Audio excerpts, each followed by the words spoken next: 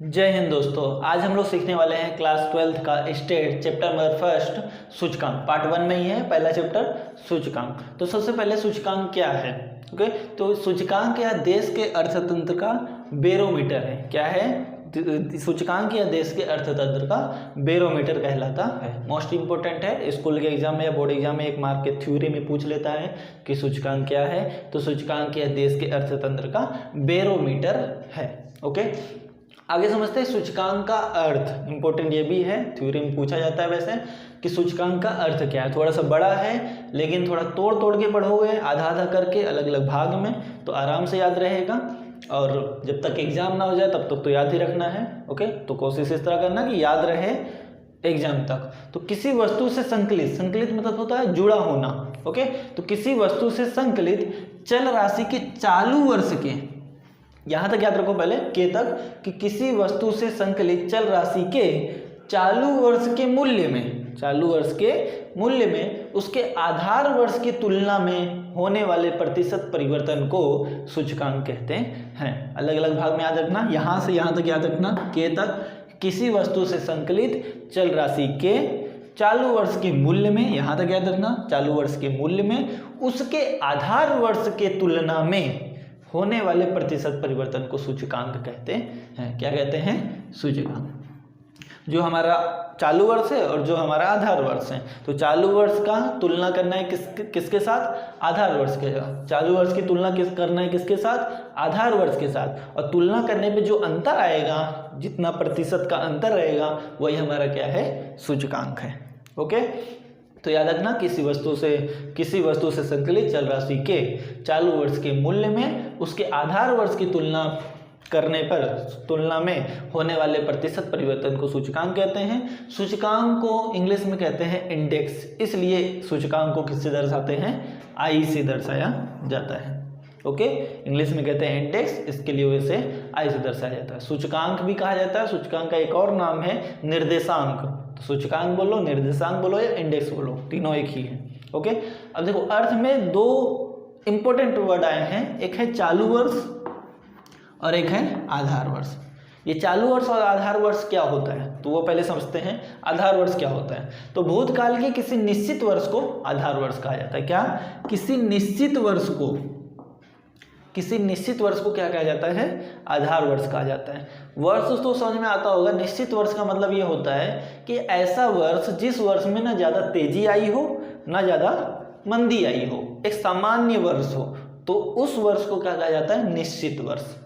तो ऐसे ही वर्ष को हम क्या मानेंगे? आधार वर्ष मानेंगे। भूतकाल के जो पास्ट में है, बीता हुआ है, ऐसे किसी वर्ष, ऐसे निश्चित वर्ष को क्या कहा जाता है? आधार वर्ष कहा जाता है। जैसे ये कोरोना का टाइम का वर्ष था, तो इस वर्ष को हम आधार वर्ष नहीं मान सकते, क्योंकि बहुत सारे व्यापार ठप हो गए और बहुत सारे व्यापार आगे बढ़ गए। ओके, तो ऐसे वर्ष को हम आधार वर्ष मान नहीं सकते। कि ऐसे वर्ष को आधार वर्ष मानना है, निश्चित वर्ष को आधार वर्ष मानना है। ओके, निश्चित वर्ष मतलब एक सामान्य दृष्टि से चलता हो, सामान्य कैटेगरी से। ओके, आगे है चालू वर्ष। चालू वर्ष किसे कहते हैं? तो वस्तु के जिस वर्ष के मूल्य की तुलना, वस्तु के जिस वर्ष की मूल्य की तुलना उसके आधार वर्ष के साथ, आधार वर्ष के मूल्य के साथ किया जाए तो उसे क्या कहते हैं? चालू वर्ष कहते हैं।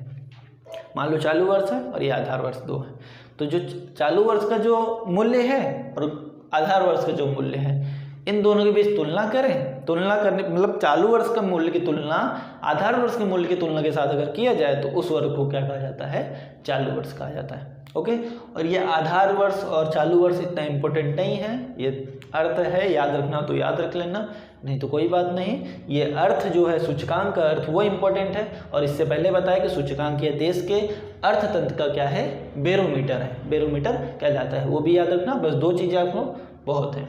ओके, नॉर्मल से समझ लेते हैं कि आधार वर्ष और चालू वर्ष का क्या मतलब। जैसे 2011 है, 2012 है, तो जो 2012 है वो क्या कहलाएगा?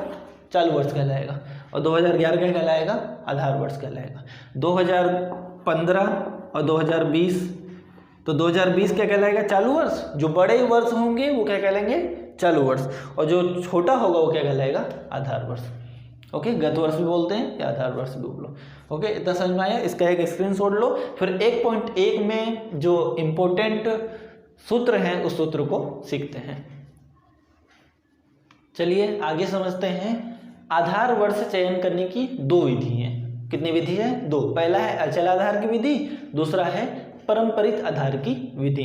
अचल से मालूम पड़ रहा है कि इसका जो मूल्य होगा हमेशा बदलेगा नहीं, फिक्स होगा। अचल है, अचल मतलब कहीं हिलेगा डुलेगा नहीं, फिक्स है, तो इसमें फिक्स दिया रहेगा, बदलेगा नहीं इसका मूल्य। और परंपरित आधार की विधि में निरंतर इसका जो मूल्य है वो बदलता रहेगा, हर वर्ष का बदलता रहेगा। ओके, चलो देखो अचल आधार की विधि का सूत्र क्या है। सूचकांक निकालने का सूत्र चालू वर्ष का चल मूल्य बटे में आधार वर्ष का चल मूल्य। इसमें आपको चालू वर्ष का जो मूल्य है वो लिखेंगे ऊपर, बटे में आधार वर्ष का हमें मूल्य दिया रहेगा, क्वेश्चन में दिया रहेगा 2008 को आधार वर्ष मानिए, 2009 को मानिए या 2010 को मानिए, तो जो दिया रहेगा उसका जो मूल्य होगा वो यहाँ लिखेंगे, गुणे में 100 कर देंगे। तो अचल आधार की विधि का सूत्र क्या है? चालू वर्ष का चल मूल्य बटे में आधार वर्ष का चल मूल्य गुणे 100।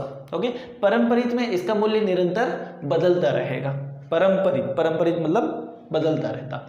ओके, तो इसका सूत्र क्या है सूचकांक निकालने का? चालू वर्ष का चल मूल्य बटे में गत वर्ष का चल मूल्य गुणे 100।